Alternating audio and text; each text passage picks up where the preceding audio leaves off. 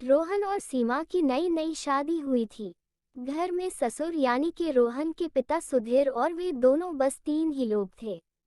इस घर को रोहन के माँ बाप ने जीवन भर पाए पाए जुटाकर बड़ी मेहनत और अरमानों से बनाया था। वरना आज के समय में मुंबई में घर बनाना तो दूर की बात है, किराए पर लेना भी बहुत बड़ी अचीवमेंट से कम नहीं है। जब रोहन कॉलेज में था तब माँ उन्हें और दुनिया को छोड़कर जा चुकी थी। एक कामवाली बाई सकू थी जो सुबह से लेकर शाम तक उनके घर का सारा काम करती थी। नई नई शादी हुई थी, इसलिए सकू बाई का दिन भर अब घर में रहना सीमा को अपनी प्राइवेसी में बाधा सा लगता था।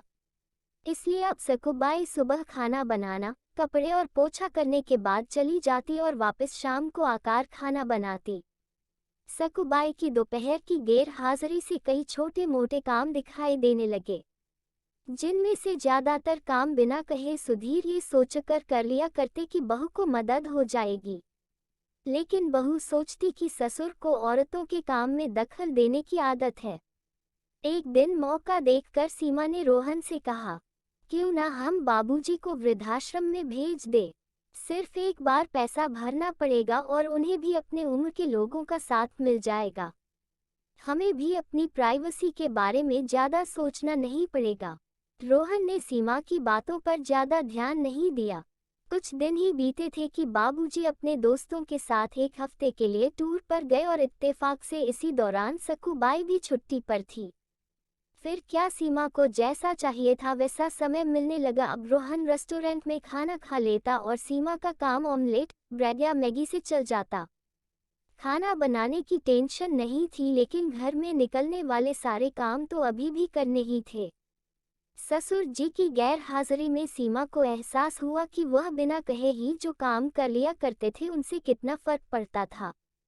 छोटे मोटे लगने वाले यह काम भी काफी समय और एनर्जी लेने वाले थे। कुछ दिन बीतने के बाद एक दिन रोहन सीमा को कहता है, चलो आज कहीं बाहर घूम कर आते हैं। सीमा बड़ी खुशी खुशी सज धज कर बाहर घूमने के लिए तैयार हो जाती है। रोहन सीमा को अपने घर से 4 किलोमीटर दूर एक चौल में लेकर आता है। एक आदमी रोहन के हाथों में एक चाबी देता है। रोहन उस चाबी को लेकर चौल का एक कमरे का दरवाजा खोलता है। कमरा खुलते ही 2 रूम वाले उस छोटे से अंधेरे से भरे घर के अंदर रोहन सीमा को लेकर जाता है और कहता है, कैसा लगा तुम्हें हमारा नया घर। रोहन कहता है, हम अगले महीने से इसी मकान को भाड़े से लेकर रहेंगे अलग और अपनी प्राइवेसी का मजा लेंगे। अभी मेरी आमदनी के हिसाब से हम इसी को अफोर्ड कर सकते हैं। रोहन का यह व्यवहार सीमा के समझ में नहीं आया। वह चौंकते हुए कहती है, हमारे पास अपना इतना बड़ा घर तो है, फिर क्यों हम भाड़े से रहेंगे। रोहन उससे टोकते हुए कहता है, सोच समझ कर बोला करो, वह घर हमारा नहीं है, वह माँ बाबूजी का है। तुम्हारे पास 1 महीना है सोचने के लिए कि तुम्हें आगे क्या करना है। दोनों वहां से वापस अपने घर लौट आते हैं। पूरे रास्ते सीमा के दिमाग में तरह तरह के विचार चल रहे थे। घर पहुंचते ही उसने रोहन से कहा, माना कि यह घर माँ बाबूजी का है, लेकिन क्या हमारा इस पर कोई हक नहीं है। रोहन ने कहा, बिल्कुल है, लेकिन माँ बाबूजी के बाद। जब तक वह है तब तक तो नहीं। अगर तुम्हें हक समझ में आता है तो तुम्हें जिम्मेदारियां भी समझ में आती होंगी। सिर्फ हक के बारे में सोचकर और अपनी जिम्मेदारियां भूलकर स्वार्थी होना क्या भला अच्छा होता है। सीमा के पास रोहन के इस सवाल का कोई जवाब नहीं था।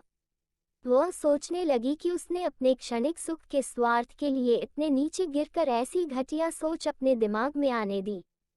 उसे मन ही मन पछतावा होने लगा। सीमा रोहन से बोली, मुझे माफ कर दीजिए, मैं सच में स्वार्थी हो गई थी, मुझसे बहुत बड़ी गलती हो गई। रोहन बोला, तुम्हें पछतावा हुआ, मेरे लिए यही काफी है। मैं तुमसे नाराज नहीं हूँ।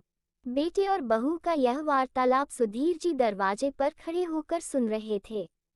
उन्होंने आसमान की तरफ देखा और बोले, भाग्यवान तुम, धन्य हो जो तुमने ऐसे बेटे को जन्म दिया है।